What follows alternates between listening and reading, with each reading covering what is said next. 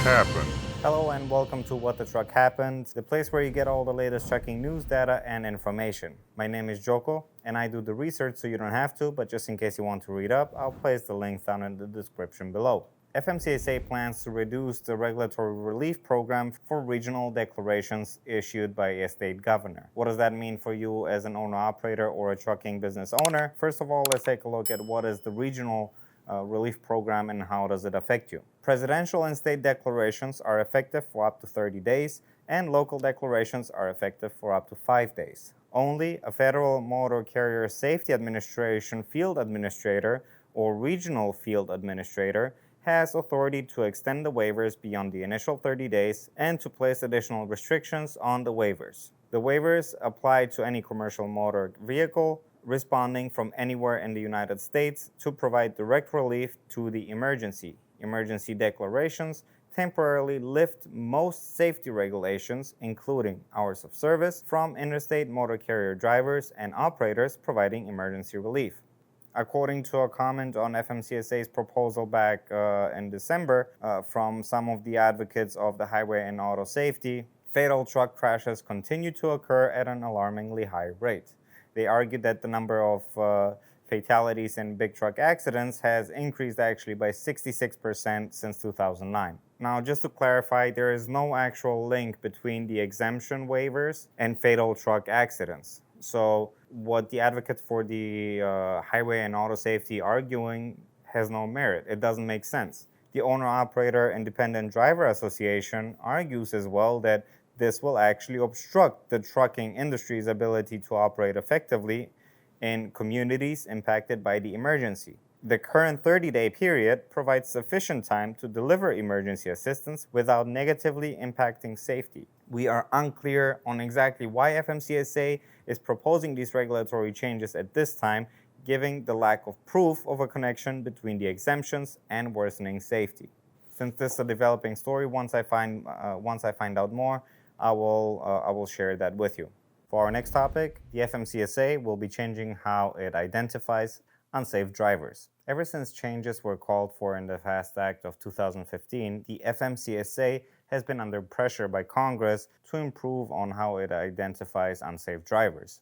In addition to that, the Department of Transportation's Office of Inspector General has actually also added to the pressure of the FMCSA back in 2019. One way that the FMCSA could improve on how it identifies unsafe drivers would be with the help of the model touted by the National Academy of Sciences, the IRT model, which stands for the Item Response Theory. But the FMCSA found that this model is actually overly complex and therefore would be focusing on improving their own SMS model safety management system for those changes. As per the notice issued by the FMCSA, first, IRT is heavily biased towards identifying smaller carriers that have few inspections with violations and limited on-road exposure to crash risk. Second, the list goes on and on. I will include actually a link with the PDF file of the entire notice that the FMCSA sent out in the description down below if you want to read more about it. Like I said, instead, the FMCSA will be focusing on improving on their own safety management system. Safety is FMCSA's core mission, said Robin Hutchison, the agency's administrator.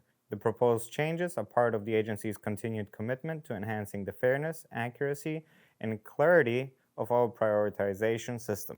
FMCSA has actually summarized the improvements they will be doing to their safety management systems as follows. Reorganized and updated safety categories, including new segmentation. For example, FMCSA found that carriers who operate straight trucks, in contrast to combination tractor-trailers, actually have a higher rate of violations. Therefore, they will segment those two groups so they can have a more effective way of identifying carriers with higher crash rates. Consolidated violations.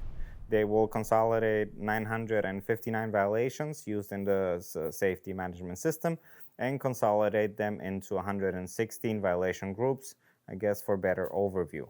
Simplified violation severity weights, proportionate percentile instead of safety event groups, improved intervention thresholds, greater focus on recent violations, which basically means that the FMCSA will focus on carriers who have violations within the past 12 months for roadside inspections. Furthermore, updated utilization factor. The FMCSA found that all these changes would remove a lot of the carriers, about 1,081, from the safety categories that put them at risk for inspections, so that they can focus more on carriers who are prone to creating more highway crashes and violations. Still, there are those with opposing views, such as the Owner-Operator Independent Driver Association President Todd Spencer, who says that the overwhelming majority of data the agency collects and analyzes has no connection to crashes. None. The cause of highway safety would be best served by the agency moving ahead swiftly with the large truck safety casual factors study authorized by Congress. You never fix any problem without a clear understanding of what caused it, says Todd. The FMCSA is providing a 90-day comment period on their proposal, which will actually end on May 16.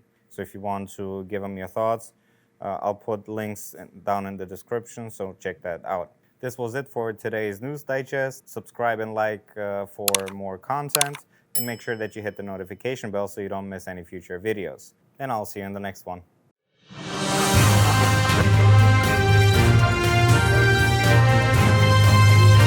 What the truck happened?